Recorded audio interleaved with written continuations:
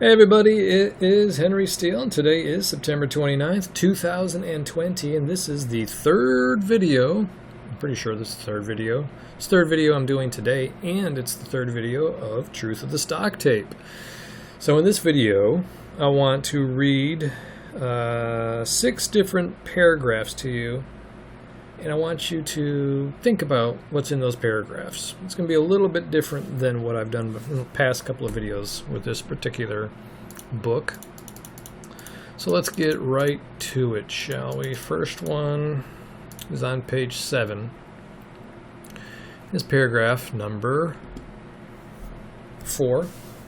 The tape is the great scale in which the weight of all buying and selling is weighed, and the balance of supply and demand shown by the loss or gain in prices. When supply exceeds demand, prices decline to a level where supply and demand are about equal. At this stage, fluctuations become narrow, and it may require weeks or months to determine which way the next move will be. Read that last sentence again. At this stage, fluctuations become narrow, and it may require weeks or months to determine which way the next move will be. When demand exceeds supply, prices advance. There is a message in there for you on the surface and below. Now let's go to page 8, right here. Paragraph number 3. This is important. One great mistake the man makes who watches the ticker all the time is that he trades too often. He gets in and out, sometimes several times during the day, and each time he pays commission. If he buys or sells higher or lower each time, even though he has made profits on his trades, he is increasing the percentage against him. A man who makes 300 trades in a day, or say one for each market day, must pay an average of 1/2 point getting in and out.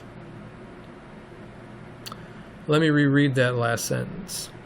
A man who makes 300 trades in the year, or say one for each market day, must pay an average of 1/2 point getting in and out. I did not make a mistake the first time I read that. Were you paying attention? All right, let's move on to page 12 here. 11 and 12. Paragraph number 5. This is under the heading of Sudden Unexpected News. On February 3rd, 1917, Germany suddenly and without warning declared the U-boat war against the United States. What in the world? Why would he call it the U-boat war? The stock market had not fully discounted this event because neither the general public nor the insiders knew it was coming. Once the news was out, everyone knew that it meant that the United States must enter the war against Germany. Therefore, it was bad news which had not been fully discounted. February 3rd, 1917. This is February 3rd, 1917.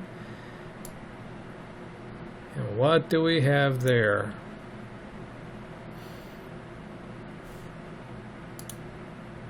On to the next one, page 19.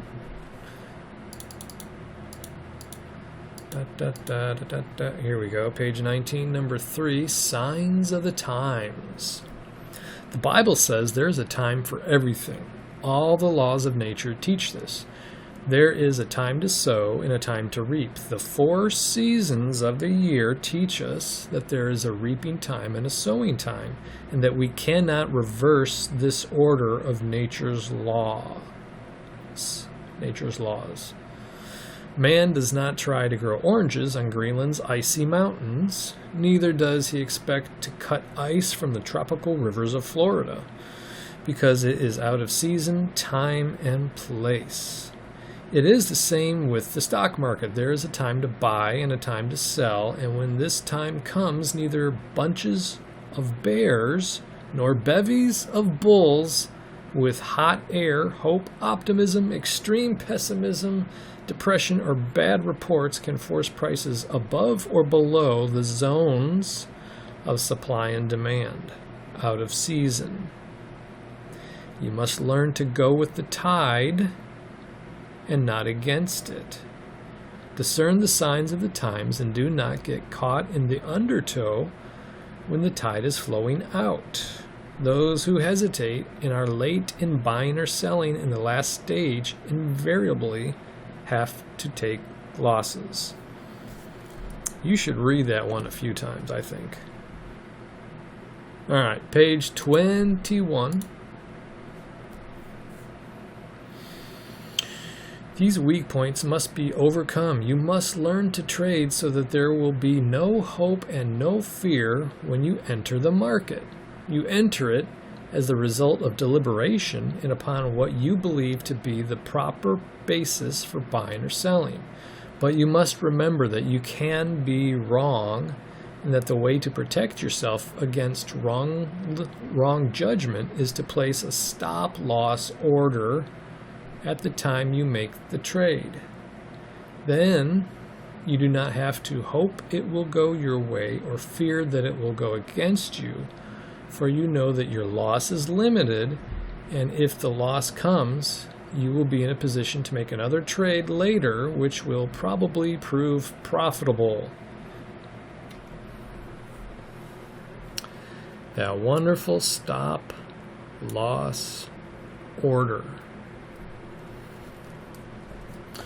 All right, that was page 21. The last one is here on page 22, and it's under the heading of nerve. Nerve is just as essential as patience. In fact, nerve is the equal of capital. That's interesting to say. In getting my experience, I have been broke over 40 times. Whoa, the guy just doesn't quit, does he? I have lost all my money, but there never has been a time yet when I lost my nerve. Years ago, when I was experimenting and working on methods for forecasting the market, I would get in the market wrong and lose all my working capital, but I never let it get my goat.